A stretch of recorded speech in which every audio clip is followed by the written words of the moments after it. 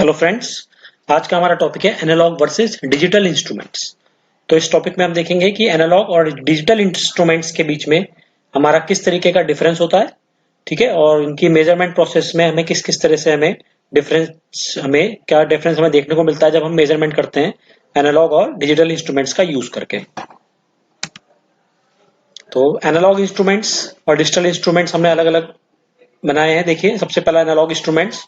Analog instruments usually have a scale which is cramped at lower end and give considerable observational errors। यानी कि जो आपका analogue instrument होता है उसका जो स्केल होता है वो एक क्रैम्प्ड होता है, यानी कि लगा होता है लोअर एंड पे, ठीक है। एंड उसका जो ऑब्जर्वेशनल एरर होता है वो उसके थ्रू उसको हमें प्रोवाइड कराता है। जबकि डिजिटल एरर में जो होता है ये इस तरीके का कोई एरर नहीं होता। डिजिटल इंस्ट्रूमेंट जो होते हैं हमारे, they are basically observational error free. ये ऑब्जर्वेशनल एरर और पैरेलक्स एरर फ्री होते हैं, क्योंकि जो इसका जो हमारा आंसर होता है वो एनालॉग की तरह स्केल कैलिब्रेटेड स्केल के ऊपर पॉइंटर से नहीं दिखाया जाता। बेसिकली डिजिटल इंस्ट्रूमेंट्स में जो हमारा रिजल्ट होता है वो बेसिकली डिजिट्स की फॉर्म में होता है, जैसे कि 1 2 3 4 इस तरीके से डिजिट्स की फॉर्म में होता है। तो इसमें जो पैरेलक्स एरर होता है और जो ऑब्जर्वेशनल एरर होता है वो हमारा डिजिटल इंस्ट्रूमेंट्स में 0 होता है, और एनालॉग इंस्ट्रूमेंट्स में एरर हमें अक्सर देखने को मिलता है। Analogue instruments denote by sine waves. Analogue instruments में जो हम अपने सिग्नल, जिनका हमें टेस्ट सिग्नल, जिनके हमें मेजरमेंट्स करने होते हैं, जिनके हमें पैरामीटर्स को मेजर करना होता है, वो साइन वेव की फॉर्म में यूजुअली हम पुट करते हैं। और डिजिटल इंस्ट्रूमेंट्स में बेसिकली हम उनको स्क्वायर वेव की फॉर्म में पुट करते हैं। इनपुट जो उसका स्क्वायर वेव की फॉर्म में हम उसे प्रोवाइड कराते हैं, ठीक है। Analogue instruments use continuous signal representation. Analogue signal जो है वो कंटिन्यूअस सिग्नल का इस्तेमाल करते हैं, जैसे बताया साइन वेव। तो साइन वेव क्या होता है? कंटिन्यूअस सिग्नल है, ठीक है, जिसमें कि टाइम के साथ वो वेरिंग होता है बेसिकली, ठीक है। और लेकिन कंटिन्यूअस सिग्नल में क्या होता है कि अगर हम किसी पर्टिकुलर दो टाइम इंटरवल के बीच में का हम मैग्नीट्यूड निकालना चाहें तो वो बेसिकली नहीं निकल पाता है। तो वो हमने यहाँ पे जो दूर किया है, वो जो प्रॉब्लम हमारी दूर होती है वो डिजिटल इंस्ट्रूमेंट्स में होती है। यहाँ पे हम डिस्क्रीट सिग्नल रिप्रेजेंटेशन का इस्तेमाल करते हैं। डिस्क्रीट सिग्नल रिप्रेजेंटेशन बेसिकली क्या होता है?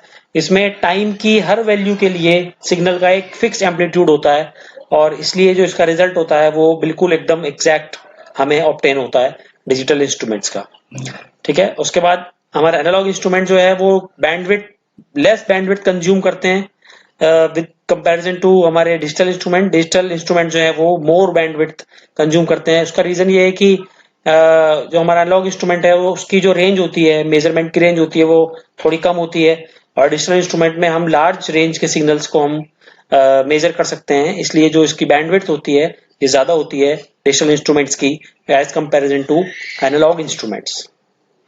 उसके बाद स्टोरेज की बात करें तो स्टोरेज जो होता है एनालॉग में वो वेवफॉर्म की फॉर्म में होता है, वेव्स की फॉर्म में होता है जो स्टोरेज होता है वो एनालॉग इंस्ट्रूमेंट्स के अंदर। और आपको पता है डिजिटल इंस्ट्रूमेंट्स, क्योंकि डिजिटल डिवाइसेस हम यूज करते हैं स्टोरेज के लिए, जैसे कि हमारे सेमीकंडक्टर मेमोरीज वगैरह, तो वहां पे जो स्टोरेज होता है वो बेसिकली हमारा बाइनरी फॉर्म में होता है, बिट्स की फॉर्म में होता है। तो वो हमारा जो स्टोरेज होता है वो बिट्स की फॉर्म में होता है, बाइनरी की फॉर्म में होता है। फ्लिप फ्लॉप्स का यूज करके हम उसको स्टोर करते हैं। तो स्टोरेज में हम लोग ये देखते हैं कि एनालॉग का जो स्टोरेज है वो वेव्स की फॉर्म में होता है, और यहाँ पे जो दूसरा डिजिटल इंस्ट्रूमेंट्स का जो स्टोरेज है वो हमारा बाइनरी बिट्स की फॉर्म में हम यूज करते हैं। तो ये हमारे पॉइंट्स थे। एक बार फिर से रिकैप कर लेते हैं इसको। एनालॉग इंस्ट्रूमेंट में जो हमारे एरर्स होते हैं, ऑब्जर्वेशनल एरर ज्यादा होते हैं, डिजिटल में नहीं होते हैं वो एरर, पैरेलक्स और observational error. Analogue sine waves use करता है, डिजिटल स्क्वायर वेव यूज करता है। एनालॉग में कंटिन्यूअस सिग्नल होता है, डिजिटल में डिस्क्रीट सिग्नल होता है। एनालॉग की बैंडविड्थ कम होती है, डिजिटल की बैंडविड्थ ज्यादा होती है। एनालॉग स्टोर करता है वेवफॉर्म को, वेव्स की फॉर्म में स्टोरेज करता है, और जो डिजिटल होता है वो स्टोरेज जो करता है वो बाइनरी की फॉर्म में स्टोरेज करता है। और आगे भी देखते हैं हम इसके। तो आगे देखेंगे हम कि पावर की अगर बात करें तो एनालॉग इंस्ट्रूमेंट्स ज्यादा पावर ड्रॉ करते हैं। लिखा है it draws large input power, ठीक है। तो क्योंकि इसका मैकेनिकल सेटअप में ज्यादा इसके अंदर इन्वॉल्वमेंट होता है एनालॉग इंस्ट्रूमेंट में, मैकेनिकल सेटअप का यूज करते हैं हम पॉइंटर को मूवमेंट कराने के लिए। देखा होगा आपने पीएमएमसी में कैसे मैकेनिकल सेटअप का इस्तेमाल किया था हमने पॉइंटर को मूव कराने के लिए। तो जहां भी मैकेनिकल सेटअप का यूज होगा वहां पे पावर कंजप्शन ज्यादा होगा, और डिजिटल इंस्ट्रूमेंट्स में पावर कंजप्शन लो होता है, ड्रॉज लो पावर इनपुट। ठीक है, बिकॉज क्योंकि सारे सेमीकंडक्टर्स का ही यूज करते हैं हम लोग, तो जहां सेमीकंडक्टर यूज होगा तो सीधी सी बात है कि वहां पे जो आपका पावर कंजप्शन होगा वो ऑटोमेटिकली लो हो जाएगा। नेक्स्ट है reaction to input environment is high. Analogue instrument क्योंकि मैकेनिकल सेटअप का यूज कर रहे हैं, तो कोई भी अगर प्रेशर, टेम्परेचर, फोर्स, अगर किसी तरीके की किसी भी एनवायरमेंटल चेंज होता है तो वो मैकेनिकल सेटअप को बहुत जल्दी इफेक्ट करता है। तो इसलिए जो इसका रिएक्शन होता है, एनवायरमेंटल रिएक्शन, वो बहुत ज्यादा हाई होता है, जिसकी वजह से एरर के चांसेस होते हैं। Whereas in digital instruments the reaction to environment is low, क्योंकि इसमें ऐसा कुछ नहीं होता है, एक पैक्ड स्ट्रक्चर होता है, उसी के अंदर सारा का सारा काम होना होता है। ठीक है, तो और उसके लिए अगर टेम्परेचर इंक्रीज भी होता है तो टेम्परेचर इंक्रीज के लिए टेम्परेचर कंपनसेशन सर्किट्स का भी यूज कर दिया जाता है। तो इस तरीके के एरर जो है हमारे इन्वायरमेंटल रिएक्शन के से जो एरर होते हैं वो हमारे डिजिटल इंस्ट्रूमेंट्स में एनालॉग के मुकाबले बहुत कम होते हैं। Observational errors are high in analogue instruments. Analogue instrument में ऑब्जर्वेशनल एरर जो हम देखने में गलती कर देते हैं वो ज्यादा होती हैं।